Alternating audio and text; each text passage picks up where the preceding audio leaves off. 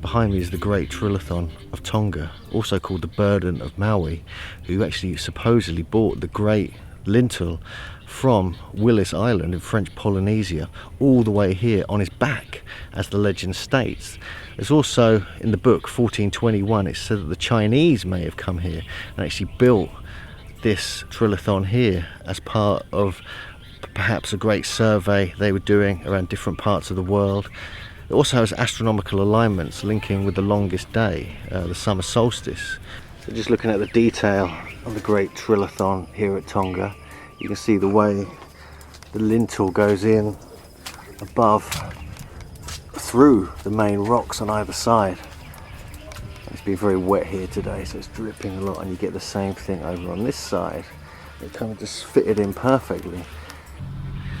So legend states that it was built around 1200 AD by Tui Itatui, who was the 11th Tui Tonga, or the great god king of Tonga.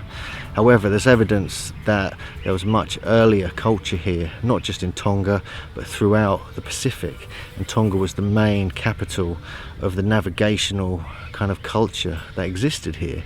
So this is just one amazing example of one of the monuments they placed here that spread throughout the entire Pacific. And it's known that there's sites like this, not exactly like this, but similar to this on Fiji, in different parts of French Polynesia, and even way up into Micronesia with sites like Nam Madol.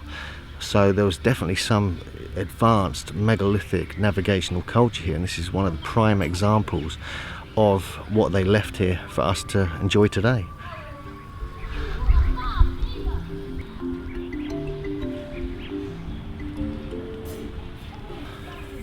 In May 1967, the late King Tafu Ahawa Tupo proposed a new explanation of this whole site, suggesting that the notch carved in the top lintel, which we can't actually get up to today, actually was significant, that it was like a lunar calendar, and it was established to provide evidence of the starting of the year.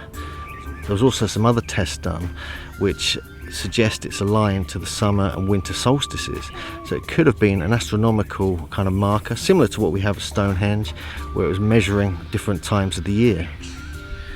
Okay, so we're just trying to get to the other stone here.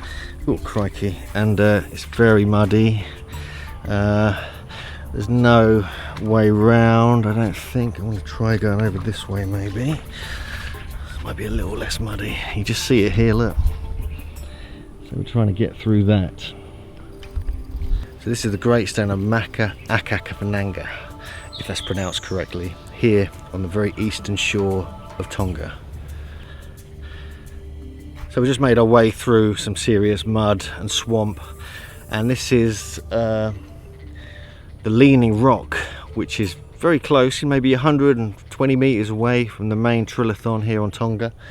And it's supposed to resemble a large head and shoulders and back, and this is where it's said that the 11th king would sit against it, and he would keep people at bay who maybe were trying to assassinate him or harm him by hitting their knees. And this, what some people say, may of where the Quizo position came from, the kneeling position, which we find in lots of tiki statues all around this part of the Pacific, also way up to Easter Island, and even over into South America and other parts of the world. And it just, to me, it's just like many of the sites we even see in England or in Europe. And I do wonder if this Trilithon was based on Stonehenge, or even the other way round, because you don't find these Trilithons really anywhere apart from maybe North Africa. You get some examples in Peru, but not quite the same. And it just seemed like it is the kind of Polynesian version of Stonehenge.